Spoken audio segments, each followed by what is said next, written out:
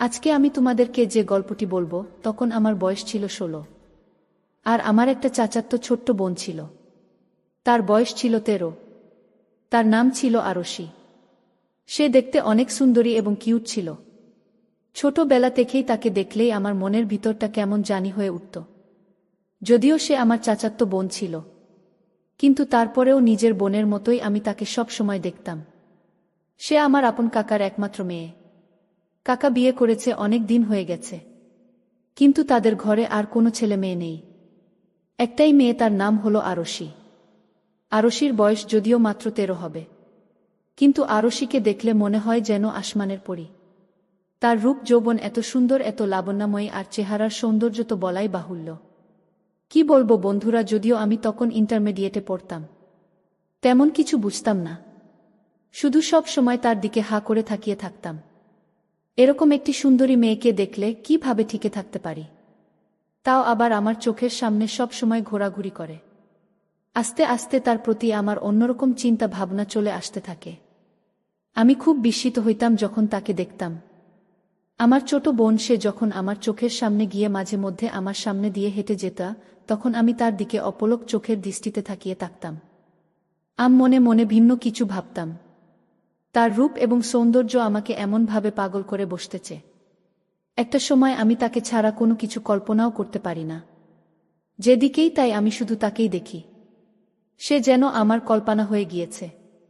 যাই হোক বন্ধুরা, তারপর আমি ভাবলাম, চোখের সামনে এমন একটা পরী সব সময় ঘোরাঘুরি করে, অথচ আমি কিছুই করতেই পারছি না।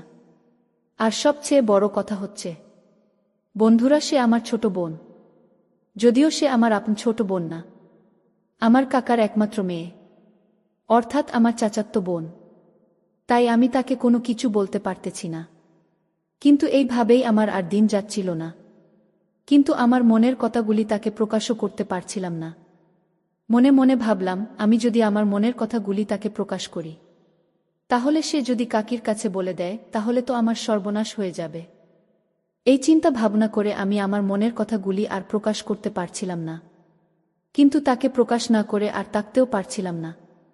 তারপর একদিন ভাবলাম, যে করেই হোক আমি তাকে আমার প্রেমের ফাঁদে ফেলতে হবে। যেভাবে করে হোক তাকে আমার পেতে হবে।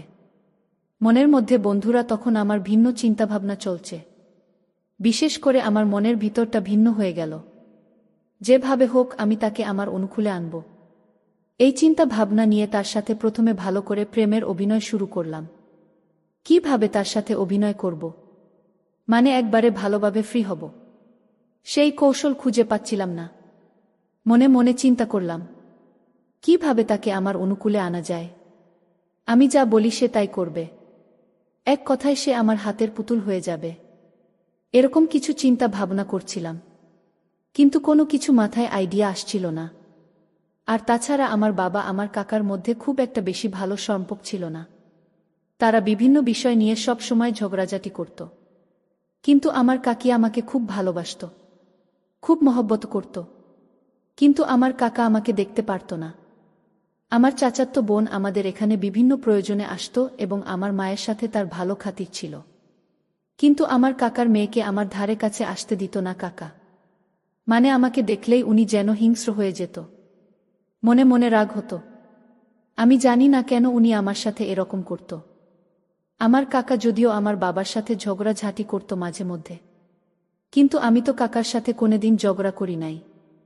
তাহলে আমাকে দেখে কেন আমার সাথে রাগ হতো আমি জানি না। আর এই জন্যই আমার কাকাদের বাসায় আমাদের খুব একটা বেশি যাওয়া হতো না। আমার কাকা তার মেয়ে, মানে আমার চাচাতো বোন আরশির সাথে আমাকে কথা বলতে দিত না, তার সাথে চলতেও দিত না। আমিও খুব একটা বেশি প্রকাশে চলতাম না, কিন্তু তার সৌন্দর্য আমাকে বারংবার মুগ্ধ করত। কিন্তু কাকার এই আচরণ আমাকে ভিন্ন দিকে নিয়ে যেত। মনে মনে ভাবলাম, যেভাবে হোক কাকাকে একটা উচিত শিক্ষা দিতে হবে। আরশিকে যে আমি ভালোবাসি যদি জানে, তাহলে আরও বড় কেলেঙ্কারি হয়ে যাবে। মনে মনে চিন্তা ভাবনা করলাম, আরশির সাথে আমার এমন কিছু করতে হবে যাতে কাকা আমাদের সম্পর্কটা মেনে নিতে বাধ্য হয়। সেই চিন্তা ভাবনা থেকে আমি বুদ্ধি খাটাতে লাগলাম, কি করা যায়, কিভাবে আমি আমার চাচাতো বোনকে প্রেমের আসক্ত করতে পারি, তাকে সম্পূর্ণরূপে আমার অনুকূলে আনতে পারি। এমন কিছু করতে হবে যাতে সে আমাকে ছেড়ে কখনো যেতে পারে না। তাহলে আমার চাচা আর আমাকে দেখে আর রেগে থাকবে না, বরঞ্চ জামাই আদর করবে। ভাবতে ভাবতে আমি রাতে হঠাৎ করে ঘুমিয়ে পড়লাম। কিন্তু ঘুমের মধ্যে আরশিকে নিয়ে স্বপ্ন দেখলাম। স্বপ্নটি দেখার পর আমি আরো হতবাক হলাম।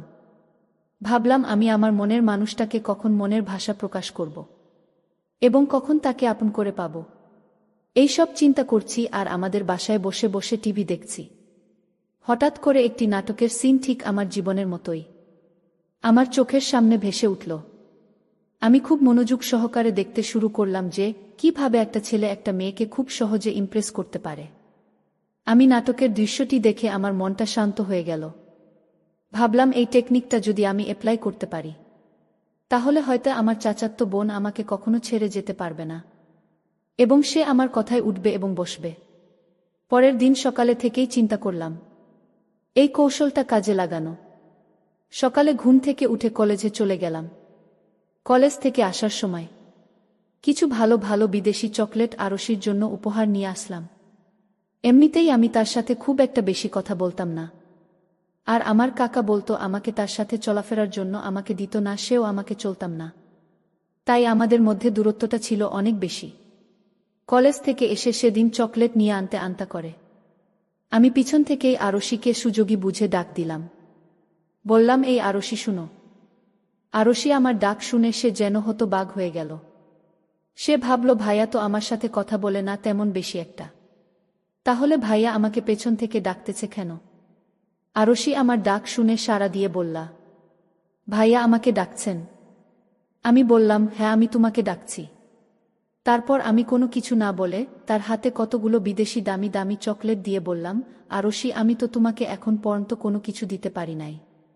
খুব ইচ্ছা হচ্ছিল তোমাকে এই চকলেটগুলো উপহার দিতাম, তাই তোমার জন্য নিয়ে আসলাম। তুমি আমার উপহারটা রাখবা? সে বলল, ভাইয়া আপনি কি বলছেন, কেন রাখব না? আপনি তো আমার বড় ভাই, আপনি আমার আপন চাচাতো ভাই, আপনি তো আমাকে চকলেট দিতেই পারেন। আমি বললাম, এই নাও, এই চকলেটগুলো অনেক টেস্টি, আমি প্রায় সময় এগুলো কলেজে গেলে খাই, তুমি খেয়ে অনেক টেস্ট পাবে। তারপর আরশি আমার এখান থেকে চকলেটগুলো নিল। আমি বললাম, আরশি এগুলো বিদেশি চকলেট, খেয়ে অনেক মজা পাবে। তারপর আমি দেখলাম আরশি চকলেটগুলো খেয়ে খুব খুশি হল। তোমাদেরকে বন্ধুরা আরেকটা কথা বেশি বলে রাখি, মেয়েরা দুটি জিনিস সবচেয়ে বেশি পছন্দ করে। 1 নম্বরে পারফিউম, 2 নম্বরে ভালো উন্নত মানের কালারফুল চকলেট। যাই হোক বন্ধুরা, তারপর আমার ছোট বোন আরশি একটা মুচকি হাসি দিয়ে আমার কাছ থেকে চলে গেল। মনে মনে ভাবলাম, এই তো আস্তে আস্তে করে আরশি আমার বসে আসছে, মনে হচ্ছে আমার স্বপ্ন পূরণ হবে। মনটা তখন আমার মনে অনেক আনন্দ নিয়ে চলে গেলাম।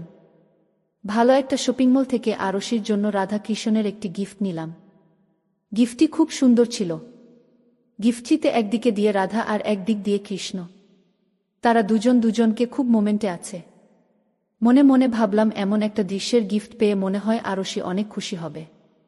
গিফটটা নিয়ে সন্ধ্যার পর থেকে আমি সুযোগ খুঁজছিলাম, কিভাবে আরশিকে গিফটটা দিব।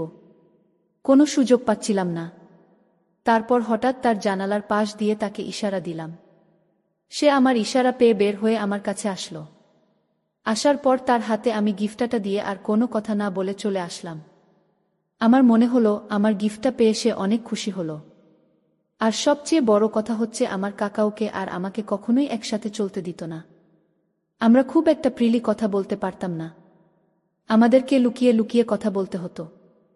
আমার গিফটটা পেয়ে পরের দিন আরশি খুশি হয়ে একটা কাগজ আমার হাতে দিয়ে চলে গেল। আমি জানতাম না সেই কাজকে কি লেখা। আমি তো অবাক হয়ে গেলাম যে আমার ছোট বোন এত সুন্দর করে চিঠি লিখতে পেরে। সে চিঠিতে কি আবেগময় কথা লিখেছে! তার কথা শুনলেই আমি কেমন জানি হয়ে যাই, তাকে পাওয়ার জন্য কল্পনায় হারিয়ে যাই। কিন্তু কিছুই করার ছিল না। আমি তাকে আমার অনুকূলে আনার চেষ্টা করছিলাম। এই ভেবে ভেবে আরশিকে তার চিঠির উত্তর হিসেবে আমিও একটা চিঠি দিলাম। চিঠিতে আমিও আমার ভালোবাসার কথা তাকে গভীরভাবে প্রকাশ করলাম। এভাবেই তার হয়ে গেল আমার একটা ভিন্ন রকম সম্পর্ক। তারপর একদিন আমি তাকে কৌশলে কিছু কথা বললাম, কিন্তু আমার কথা বেশি একটা বুঝল না। সে তো এই বিষয়ে অজ্ঞ ছিল। খুব একটা বেশি বুঝত না। আমি ভাবলাম এভাবে হবে না, ভিন্নভাবে তাকে বুঝাতে হবে। তারপর আমি তাকে বললাম, আরশি, আমার একটা কথা রাখবা। তখন সে আমাকে বলল, কি ভাইয়া? আমি আমার ছোট বোন আরশিকে বললাম, আরশি, তুমি আমার খুব পছন্দ। এই পৃথিবীতে আমার দেখা সবচেয়ে বেশি সুন্দরী মেয়ে তুমি। আরশি, আমি তোমাকে বিয়ে করতে চাই। তোমাকে আমি না পেলে আমি বাঁচব না আরশি। আমি তোমাকে অনেক ভালোবাসি, এবং কি আমার জীবনের চাইতেও বেশি ভালোবাসি। আমার এই কথা শুনে আরশি উত্তরে বলল, ভাইয়া, তুমি আমাকে এত ভালোবাসো? আমি জানতাম না। ভাইয়া, তোমার সাথে আমার যাই না। আসলে ভাইয়া, আমিও তোমাকে অনেক ভালোবাসি, কিন্তু আমি কখনো তোমাকে বলতে পারিনি। আমি তো সব সময় তোমাকে ভাইয়ার চোখেই দেখি। তারপরেও তোমাকে ভালোবাসি ভাইয়া, কিন্তু তোমাকে কখনো বলতে পারিনি। সত্যি কথা বলতে ভাইয়া, তুমিও আমার অনেক পছন্দের একটা মানুষ। তারপর আমি বললাম, আরশি, আমি তোমাকে পাওয়ার জন্য সব কিছু করতে পারি। সত্যি করে বলে তো, তুমি কি আমাকে ভালোবাসো? তখন আরশি বলল, জি ভাইয়া, আমি তোমাকে অনেক ভালোবাসি, কিন্তু কোনোদিন প্রকাশ করতে পারিনি। আমি বললাম, ঠিক আছে আরশি, তুমি যে আমাকে ভালোবাসো তা শুনে আমি এই মুহূর্তে পৃথিবীর সব চাইতে খুশি। তারপর আমার ছোট বোন আরশি বলল, ভাইয়া, তোমার আমার সম্পর্কটা কি আমার বাবা মা মেনে নিবে? আমি বললাম, আরশি, তুমি কোনো চিন্তা করো না, সেটা আমার উপর ছেড়ে দাও।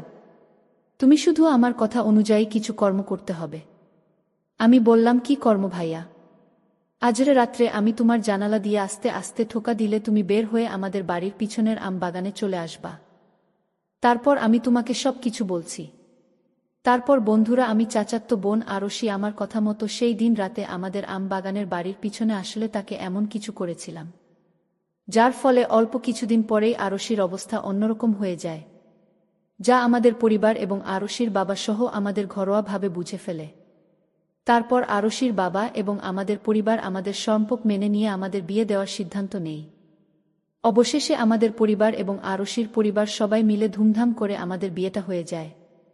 বিয়ের রাতেই আরশি আমাকে বলল, ওগো আমার প্রাণের স্বামী, সত্যি তুমি অনেক ইন্টেলিজেন্ট। যদি তুমি আমার সাথে এমন একটা কাণ্ড না করতে, তাহলে তো আমার বাবা মা কখনোই আমাদের সম্পর্ক মেনে নিত না, আর বিয়েও দিত না। তারপর আমি আমার বউ আরশির কথা শুনে বললাম, ওগো আমার প্রিয়তমা, সেই দিন যদি আমি তোমার সাথে এই কৌশলতা না কাটাতাম, তাহলে আজকে তোমার আমার এমন পরিস্থিতি হতো না। তারপর আমি আর আমার বউ মিলে একটা স্বর্গীয় হাসি দিয়ে আমরা আমাদের জীবনের সূচনা পর্ব শুরু করলাম। বন্ধুরা, আজকে এই পর্যন্তই। আবারও আসব তোমাদের মধ্যে নতুন কোনো ভিডিও নিয়ে। ভিডিওটি যদি তোমাদের ভালো লাগে, তাহলে একটি লাইক দাও। প্রতিদিন আমি তোমাদেরকে একটা করে নতুন গল্প উপহার দিব। তাই তোমাদেরকে অনুরোধ করে বলছি, তোমরা যদি এই রকম ধরনের ইন্টারেস্টিং গল্প পেতে চাও, তাহলে দয়া করে আমার চ্যানেলটি সাবস্ক্রাইব করো। পরিশেষে তোমাদের সকলের সুস্বাস্থ্য কামনা করি। ভিডিওটি দেখার জন্য তোমাদের সকলকে অসংখ্য ধন্যবাদ।